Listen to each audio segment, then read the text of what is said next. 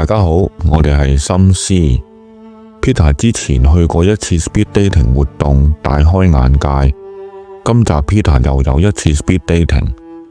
原本誓要攞到女神電話號碼嘅 Peter，突然改變主意，點解？聽埋落去就知啦。記得按個讚，分享俾朋友，又或者訂閱我哋嘅頻道，等多啲人可以聽到我哋嘅故事啦。今日 Peter 陰陰嘴笑咁行埋嚟，話今晚又有一個 speed dating 活動。上次遇到嗰個 double May 女神，今晚都會出席。Peter 話今次一定要攞到佢嘅電話號碼。好可惜，今晚 Peter 嘅朋友都會出席，所以我冇得參加呢個活動。哼，我哋要做嘅事點會做唔到㗎？我哋即刻揾埋其他3個同事 book 咗間大會議室，同 Peter 一齊計劃下今晚可以點做。活動喺一間5星級酒店舉行，好彩最後一刻都訂到台。我哋今次嘅行動有計劃、有部署，又有隊形，就好似陳希寫嘅《我不做英雄》呢本書裏邊嘅軍事部署。陳希係台灣新北人，中文系畢業，喺台灣服完兵役之後，佢就去咗法國，先喺法國加入外籍兵團，再喺朋友介紹下加入烏克蘭領土防衛國際軍團。呢本書就係講佢由一開始充滿熱誠，到最後意興闌珊嘅真人真事。雖然話係志願軍，陳希一開始就已經被派到去最前線。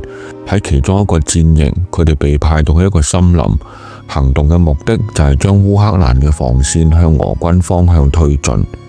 我哋今次嘅行動目的亦都係幫助 Peter 向前推進。喺烏克蘭，今次嘅行動6個隊員組成反裝甲部隊，排長負責領軍。佢哋一早出發，由烏軍嘅 BTR-4 裝甲運兵車載佢哋去到森林入口。當時係烏克蘭嘅雨季，森林嘅泥地變成泥濘，仲不時有炮彈由俄軍方面射過嚟，打到啲樹冧晒。佢哋要孭住50-60公斤重嘅裝備爬上爬落，你都咪話咁辛苦。爬咗4-5公里之後，陳希佢哋終於爬出咗個森林，到達目的地。佢哋對面係另外一個森林，嗰度係俄軍嘅陣地。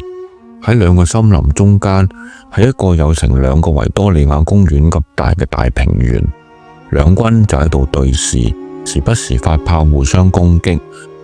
趁天未黑，陳希就即刻掘戰壕，構築陣地。太陽開始落山，嚟緊就係一個伸手不見五指嘅夜晚。因為驚住俄軍嘅襲擊，任何風吹草動都令到大家非常緊張。對比返嚟，我哋就 hea 得多啦。啱啱放工，一行4人，冇人帶隊，各有各行，成隊人行到散收收。我哋搭地鐵行到商場門口，每人孭住一部電腦，鬼死咁重。經過商場，行咗500-600米，再搭 lift 就到餐廳門口。我哋張台同食物區隔咗成2行，唔係最好，鬼叫我哋咁遲先訂咩？Peter 佢哋間房就喺我哋最右手邊，同我哋又係隔咗2行台。我哋張台對正佢哋個門口，邊個出嚟我哋都睇得一清二楚，又唔係太突兀，咁張台嘅位置都唔算太差。女士已經到達，個 speed dating 活動已經開始，女神隨時出嚟，我哋都好緊張。同樣緊張嘅就係書裏面嘅前線。當陳希瞓到半夜嘅時候，突然俾一陣低沉嘅裝甲車履帶同引擎聲嘈醒。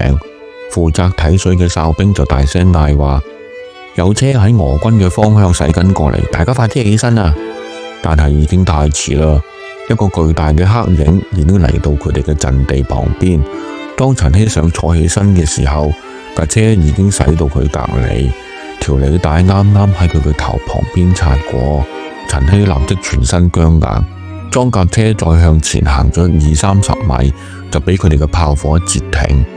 陳希嘅正面正正就係對住裝甲車嘅艙門口，佢諗住啲俄軍一衝出嚟就同佢哋搏命。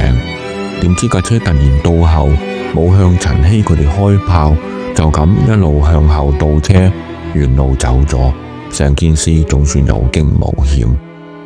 雖然死神每一次都同陳希擦身而過，佢可能見得太多生生死死，服役咗7個月就話自己係老兵，成隊人亦都冇以前咁團結，而係分咗新兵同舊兵兩個陣營。最後佢亦都選擇退役。講返 Peter 現場，Peter 終於喺房度出嚟，女神亦都行喺 Peter 後面。女神隔籬仲有一個成6尺高，起碼有200磅嘅朋友。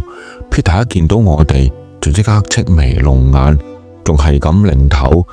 Peter 一定係俾女神嗰個200磅朋友震懾咗，所以同我哋示意。但係 Peter 有所不知啦，今餐嘅錢其實係成個會計部夾俾我哋。我哋今晚點都要做啲嘢，聽日飲茶先至有得交代。正所謂兵貴神速，我哋4個立刻起身，一個箭步就行去食物區，完全唔理禮貌同咩風度，就喺眾目睽睽底下插隊，插咗喺女神同200磅朋友中間，等 Peter 同個女神可以有足夠嘅時間傾偈。點知係我哋完成我哋嘅動作之後，只係見到 Peter 面露恐懼，急急腳咁去咗另外一個食物區。我哋完全唔知發生咩事，但係又冇理由而家走開噶，唯有就夾咗件壽司就走人。結果成晚 Peter 冇再喺我哋面前出現。我哋第二日問返 Peter 搞乜，原來佢尋日坐喺女神隔籬，原先以為可以近水樓台，點知佢發現女神近睇啲皮膚好差，啲妝好厚，成個人好膠，個口好臭，同埋佢心口包埋係假噶。哦，呢一個先至係重點。我哋問佢點知，Peter 就死都唔肯講，一句講晒，唔中意嘅一定有9萬幾個理由。我哋朋友先至係真英雄，為咗兄弟犧牲形象，雖然無功而還，但係義氣永存。今日我哋要講嘅就係咁多，本書仲有好多細節，例如話陳希退咗役之後，點解會差啲俾人殺死？有興趣嘅就買本書嚟睇下啦。我哋下次再講啦，再見。